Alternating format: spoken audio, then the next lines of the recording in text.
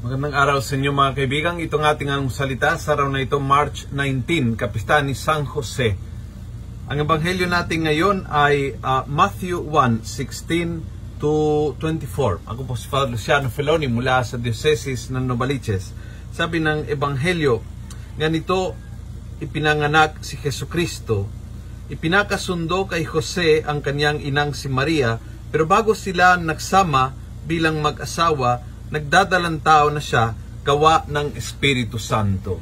Kaya ang aking reflection ay, minsan makulit itong Espiritu Santo.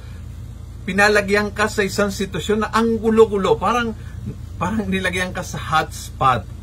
Pero kung napansin ninyo, every time na may tao na dinala ng Espiritu sa magulong sitwasyon, ang tao na yan ay naging super blessed, super matagumpay. Last Sunday, ang ebanghelyo was, o 2 Sundays ago, ang ebanghelyo was, dinala si Jesus ng Espiritu Santo sa desyerto upang tuksuhin ng diablo. Ayan na naman, no? So, yung Espiritu Santo ay dinala kay Jesus sa isang magulong sitwasyon. Ngayon, ay si Maria at si Jose na everything ready for the wedding, bigla, buntis, gawa ng Espiritu Santo. At alam po natin na magulo, naisip ni Jose, iwanan si Maria, nakagulo sila.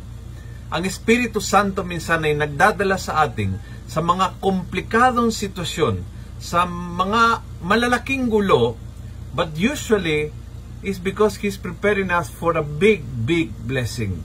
Yung tipong blessing big time. Tandaan nyo, no? Ang nangyari kay Jesus after na siya ay natukso, nagsimulang kanyang misyon.